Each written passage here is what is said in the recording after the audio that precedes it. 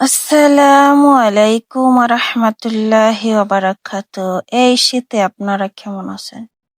কি করতেছেন? I love you কম্বল।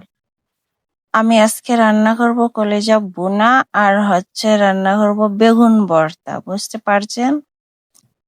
তো আমি আজ ভেরি ভেরি টায়ার্ড। আজকে সারাদিন এত পরিমাণের কাজ করছি যা বলার কোনো সীমা নেই।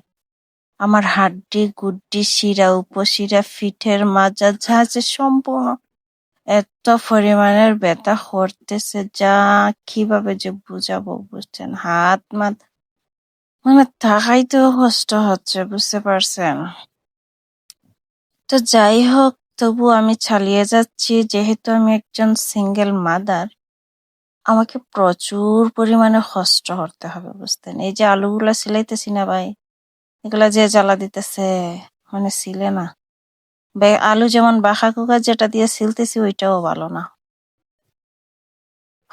সবকিছু মিলাইয়া ভেরি টায়ার্ড।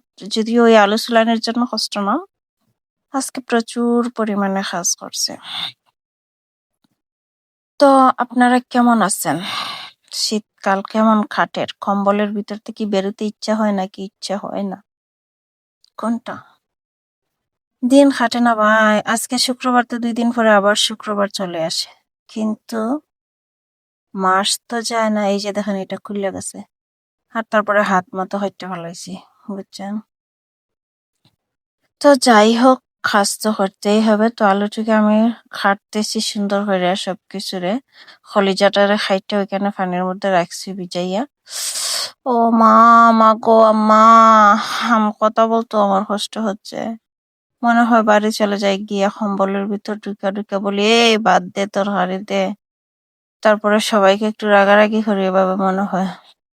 তো আলু কাটা শেষ, এখন আমি বেগুন গুলারে চুলাইতেছি। বেগুন গুলা ফুরছি।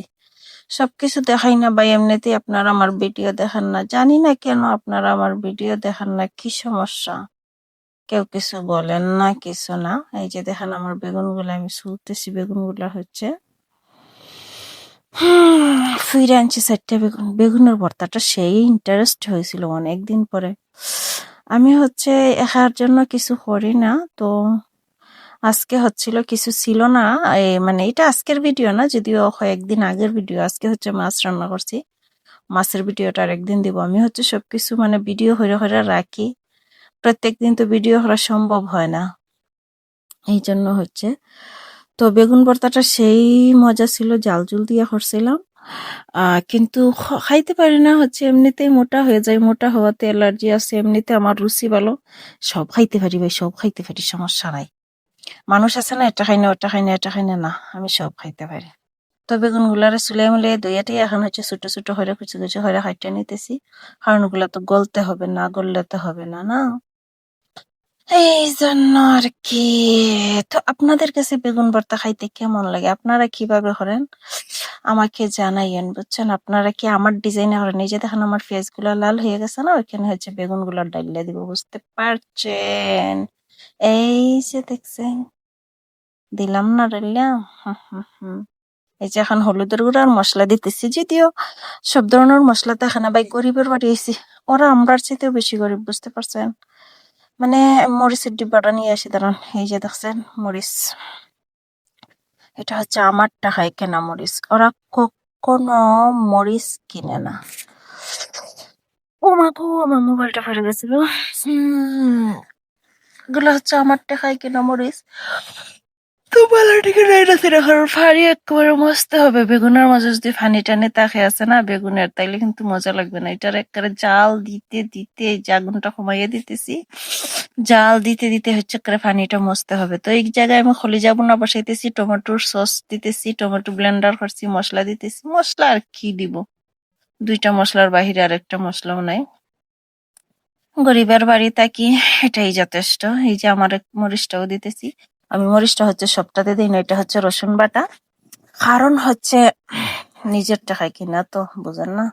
যদিও মরিচটা একজন গিফট করছিল আমার, একজন বাঙালি ভাইয়ে। তারপর বাঙালি ভাইটা আমার প্রেমে পড়ে গেছিল, তারপর আমি আর বাঙালি ভাইটার সাথে কথা বলি না। শুধু 2-1 দিন কথা বলছিলাম। আমাদের এখানে খাস করছিল, 1 মাসের জন্য আসছিল।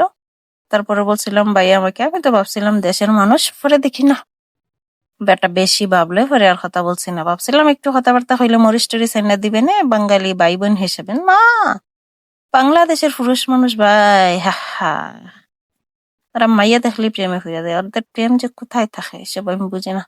তো যাই হোক, আমি বুড়াদুরা মানুষ, আমার প্রেম করার বয়স নাই, তার এসব হলো না। তো এই যে দেখেন আমার বেগুন ভর্তাটা হয়ে গেছে, এই যে দেখেন আমার কলিজা। তখন আমি হচ্ছে আমার কলিজাটা গুলো ডাইলা দিলাম, আলুগুলো ডাইলা দিলাম, দিয়া হচ্ছে সবকিছু নাইরা চাইরা সম্পূর্ণ খালাস। এই যে দেখেন আলুগুলো ডাইলা দিলাম, ডাইলে দিয়ে গুঁড়া টেড়ে দিলাম পানি একটু দিয়া, কারণ হচ্ছে এটা তো তাড়াতাড়ি হয়ে যায়, সুরা সুরা হয়ে যায়, বুঝতে পারছেন না? এটা রান্না করতে তো আর এত বেশি সময় লাগে না, এত কিছু দিতে হয় না।